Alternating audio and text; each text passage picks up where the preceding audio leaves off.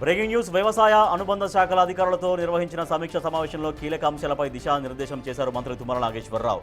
వచ్చే ఏడాది జనవరిలో సీఎం రేవంత్ రెడ్డి చేతుల మీదుగా యాంత్రీకరణ పథకాన్ని పునఃప్రారంభించేలా చర్యలు తీసుకోవాలని ఆదేశించారు.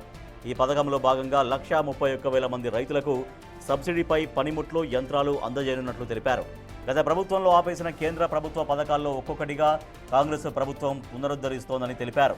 రైతు యాంత్రీకరణ పథకం కింద ఇప్పటికే రాష్ట్ర వ్యాప్తంగా రైతుల నుంచి దరఖాస్తులు స్వీకరిస్తున్నట్లు వివరించారు మంత్రి.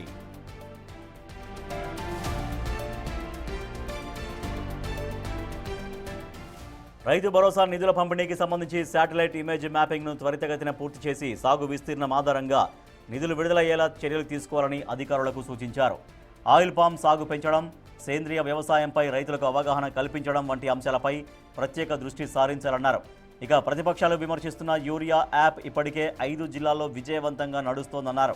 త్వరలోనే యాప్ను రాష్ట్ర వ్యాప్తంగా అమలు చేసి రైతులకు గంటల తరబడి క్యూ లైన్లలో ఉండే అవస్థలు తప్పిస్తామని చెప్పారు. కేంద్ర ప్రభుత్వం నుంచి వచ్చే నిధులను ఏమాత్రం వృధా చేయకుండా స్టేట్ మ్యాచింగ్ గ్రాంట్లు విడుదల చేస్తున్నామన్నారు. రైతు సంక్షేమమే తమ ప్రభుత్వ లక్ష్యమని తెలిపారు మంత్రి తుమ్మల నాగేశ్వరరావు.